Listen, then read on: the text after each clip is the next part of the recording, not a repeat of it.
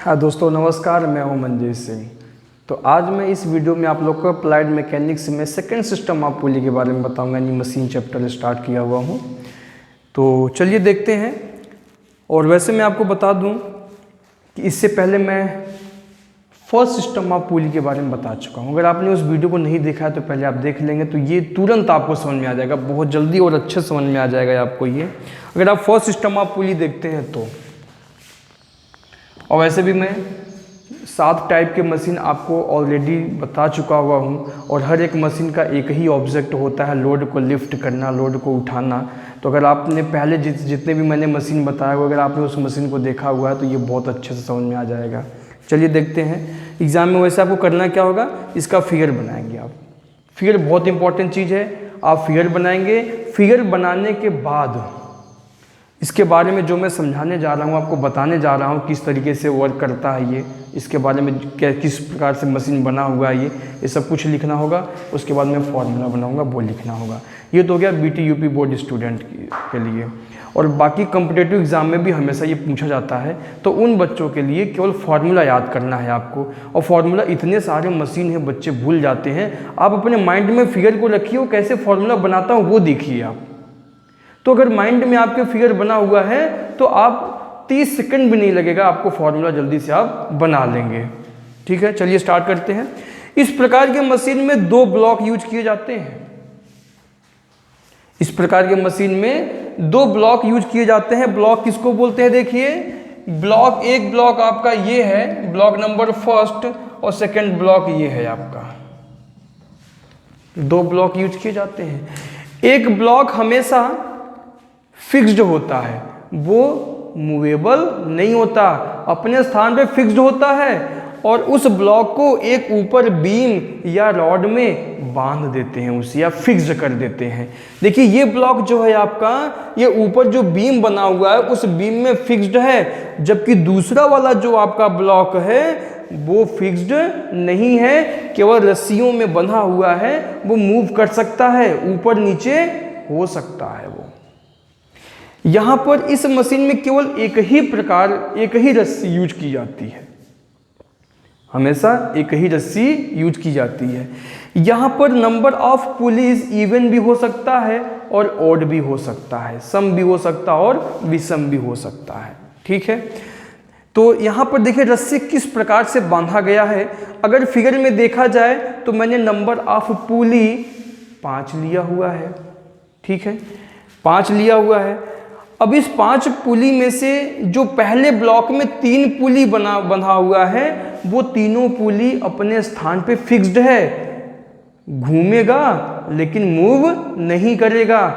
जबकि नीचे वाले ब्लॉक में जितने भी पुली लगा रहेगा वो सारे पुली क्या होगा, मूव करेगा, वो ऊपर या नीचे हो सकता है। तो रस्सी को किस प्रकार बांधा गया है, देखिए सबसे नीचे वाले ब्लॉक के ऊपर पॉइंट से रस्सी को बांधना स्टार्ट किया गया है। यहां से रस्सी को स्टार्ट किया गया है। ये नीचे वाला ब्लॉक है, नीचे वाले ब्लॉक के ऊपर पॉइंट से स्टार्ट किया गया है। पुली नंबर फर्स्ट से होकर के जाता है ये, फिर पुली नंबर सेकंड में आता है, पुली नंबर सेकंड से होते हुए ये पुली नंबर थर्ड पे जाता है, थर्ड से होते हुए ये फोर्थ पे जाता है, फोर्थ से होते हुए ये पुली नंबर 5th पे जाता है। और यहां से जाकर के इस रस्सी का जो दूसरा वाला किनारा है, यहां से हम एफर्ट लगाते हैं। बात समझ में आई कि नहीं आपको? तो यहां पर एक ही रस्सी किस प्रकार बांधा गया है, पुली number 1st, 2nd, 3rd, 4th, 5th से होकर के ये जाता है। अब यहाँ पर ये देखना है कि हमें W द्वारा डिस्प्लेसमेंट कितना होता है और P द्वारा डिस्प्लेसमेंट कितना होता है। W आपका यहाँ पर हमेशा लटकाया जाता है, यहाँ पर W लटकाया गया सबसे नीचे। तो मान लीजिए कि इस वेट को हमें X डिस्टेंस ऊपर उठाना है, W द्वारा डिस्प्लेसमेंट कितना करना है, X करना है। यहाँ लिखूंगा मैं, लेट डिस्प्लेसमेंट बाय लोड कितना, x,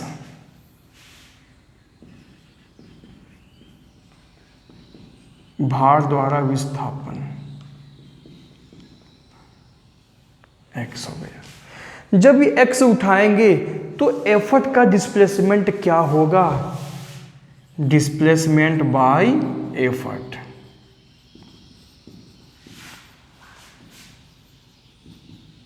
कितना होगा, यही आपको यहां पे निकालना है।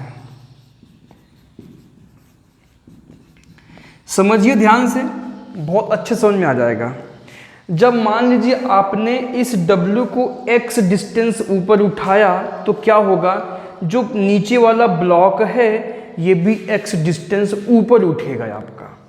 अगर आपने लोड को x डिस्टेंस ऊपर उठाया तो ये क्या है, ये ब्लॉक से फिक्स है, तो ब्लॉक नीचे वाला ब्लॉक क्या होगा, ये भी x ऊपर उठेगा। जब भी x ऊपर उठेगा तो यहाँ जितनी भी इन दोनों पुलियों में जितने भी रस्सी अगल बगल यूज किया गया है, ये रस्सी क्या होगा, ढीली हो जाएगी, लूज हो जाएगा। अब वो लूज होकर के लास्ट में कहाँ पहुँचेगा, यहाँ पर आ जाएगा और यहाँ से आप इसको खींचेंगे। उतना जितना लूज होगा उतना आप क्या करेंगे, यहाँ पर खींचेंगे। तो हमें ये देखना है कि कितना डिस्टेंस रस्सी का लूज होता है, वही डिस्टेंस हो जाएगा आपका एफर्ट का डिस्प्लेसमेंट। तो देखिए जब इसको मैंने इस ब्लॉक को ऊपर उठाया तो क्या होगा, ये जो रस्सी है आपका x डिस्टेंस ऊपर उठ जाएगा, ये भी x उठेगा, ये रस्सी यहाँ पर है। तो देखिए जितने भी यहाँ रस्सी यूज किया गया 1 2 3 4 5, तो 5x रस्सी क्या होगा, लूज हो जाएगा। x यहाँ होगा, x यहाँ 2x हो गया, फिर 3x हो गया, फिर 4x हो गया, फिर 5x हो गया। बात समझ में आएगी नहीं? इसको उठाने से अगल बगल जितनी भी रस्सियां आपको दिखाई दे रहा है, जैसे 1 2 3 4 5, ये 5 रस्सी है, तो 5x डिस्टेंस तक ये रस्सी क्या होगा, इसकी लंबाई कम हो जाएगा, यहाँ पर लूज हो जाएगा ऊपर उठने की वजह से, और ये पूरा रस्सी लास्ट में फाइनली कहाँ जाएगा, यहाँ पर जाएगा। तो मैं कह सकता हूँ कि डिस्प्लेसमेंट बाय एफर्ट कितना हो जाएगा, 5x। ये 5 क्या है, number of pulley. If number of pulley n is equal to, ये इफ नंबर ऑफ पुली कितने हैं, यहां पर नंबर ऑफ पुली आपको कितने हैं, 5। इफ अब यहां मान लेते हैं नंबर ऑफ पुलीज, मान लीजिए कितना है आपका, x है, तो क्या हो जाएगा इसका displacement by effort, displacement by effort क्या हो जाएगा, 5x यानी nx कह सकते हैं आप। अगर 5 पुली है तो 5x होगा, 4 पुली है तो 4x होगा, 6 पुली है तो 6x होगा, n पुली है तो nx होगा। तो वेलोसिटी रेशियो क्या हो जाएगा आपका, velocity ratio is equal to displacement by effort divide by displacement of load. Displacement by effort कितना है आपका, nx,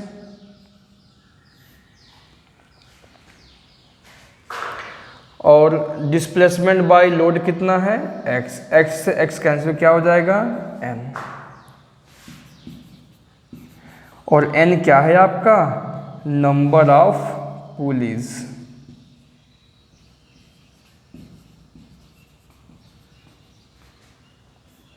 तो ये हो गया आपका फॉर्मूला।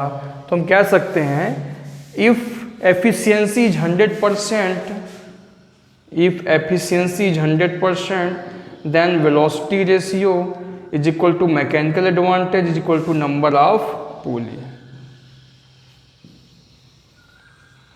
तो मैं समझता हूँ आपको बहुत अच्छे समझ में आ गया होगा, बहुत ज़्यादा टफ मशीन नहीं है। अगर आपने पहले भी मशीन का लेक्चर देख चुके हो तो आपको बहुत जल्दी समझ में आ गया होगा, ठीक है। वैसे भी एग्जाम में आपको क्या करना है, जो भी BT UP बोर्ड के स्टूडेंट हैं फर्स्ट ईयर के, उन्हें क्या करना है कि इस फिगर को बनाना है, इसके बारे में जो मैंने एक्सप्लेन किया वो आपको लिखना होता है, उसके बाद जो मैंने फॉर्मूला बनाया इसे लिखना होता है। और लास्ट में हमेशा आप याद रखेंगे, कॉम्पिटिटिव एग्जाम में पूछता है हमेशा कि नंबर ऑफ कि वेलोसिटी रेशियो का फॉर्मूला क्या होता है सेकेंड सिस्टम ऑफ पुली में, तो आप याद रखेंगे नंबर ऑफ पुलीज के बराबर होता है वेलोसिटी रेशियो। ठीक है, तो अगर आपको अच्छे समझ में आ गया है तो हमारे इस वीडियो को लाइक कर लीजिए, ज़्यादा से ज़्यादा बच्चों तक शेयर कीजिए, और अगर आपने अभी तक चैनल को सब्सक्राइब नहीं किया है तो कर लेंगे। फिर मैं मिलूँगा अगले वीडियो में थर्ड सिस्टम ऑफ पुली के बारे में बताऊँगा।